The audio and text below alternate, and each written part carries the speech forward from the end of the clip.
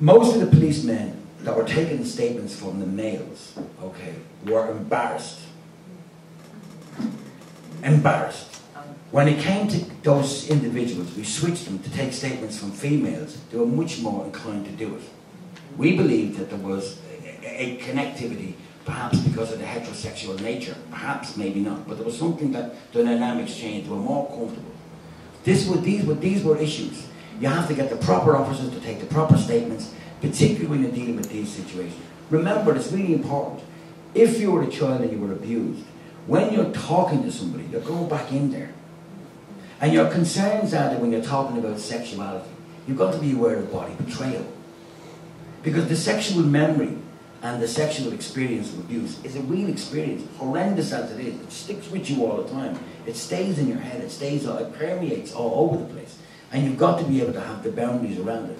So what we are faced with here, in terms of the play, in terms of discussion, in terms of what's happening in Penn State and the institutions and the way those situations are, we cannot wait on them. Of course they're smart. The Catholic Church invited everybody in. They said, oh look, we'll deal with this. But they never did. The most recent releases of documents in Ireland state very clearly that Bishop McGee, who was the secretary to 3 popes, that's how connected he was, refused point blank to allow the civil authorities to be aware of 15 cases of recent child sexual abuse. 15 cases.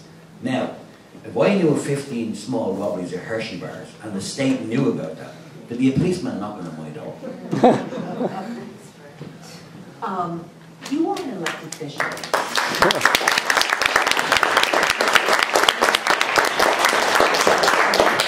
You're an elected official. That's correct. And do you, I mean, is there any kind of influence? First of all, I am sure that your voice is very needed all the time, you know, and as a performer, but also you're a public servant.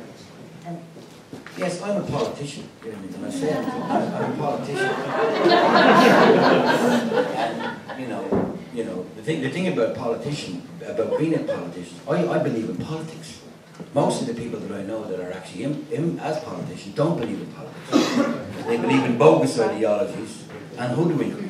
And they believe in political parties and all that kind of stuff, but they don't really believe in the citizens. So I constantly am trying to kind of get people empowered, challenge the system. I spend 24/7 trying to challenge the system, and I'm very successful at doing that. And is the victims' voices, the movement, is it getting stronger? Are you finding that? The problem with this business of victims' voices and survivors' voices, it gets sentimentalized. It's been sentimentalized, and like the general public aren't coming out. Because it was like the old gay marches. Most people didn't want to associate them because they didn't want people to think they were gay. That was even straight people. They didn't see the righteous nature of the marches on civil rights and human rights. So what's happening in Ireland is that it's being sentimentalized and it's being othered and it's being pitied. And people aren't really seeing it for what it actually is. And most of the situation in Ireland, as I say, you know, I remember one day being phoned by our national networks and saying, quickly come out and talk to us on the RTU television and radio. There's news breaking left, right and centre that the Roman Catholic Church, there's real big trouble. And I said to them, did you ring out the Angelus today? And they didn't know what I was talking about. I said, did the national stations ring out the Angelus? They said, yes, the church is intact. So really, it's not about the faith.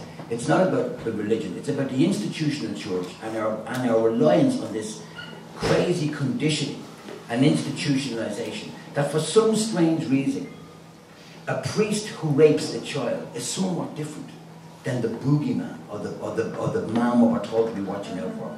So in Ireland, has it really begun to, you know what I mean, impact? They're numb from the shock of the continuous revelation of clerical sex abuse. But what we need now is the revelation of progress as to how we deal with it. How we deal with young children, how we deal with adults, and to give us the services. The state needs to give us the services. In Ireland now, there is a huge amount of child sexual abusers being locked up into the courts, in the jail. It's substantial. Interesting. Very good.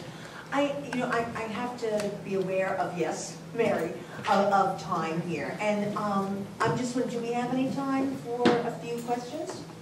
Yes. Yes. Yes? Okay, great. Who said yes? Okay, are there any questions that you would like to field for our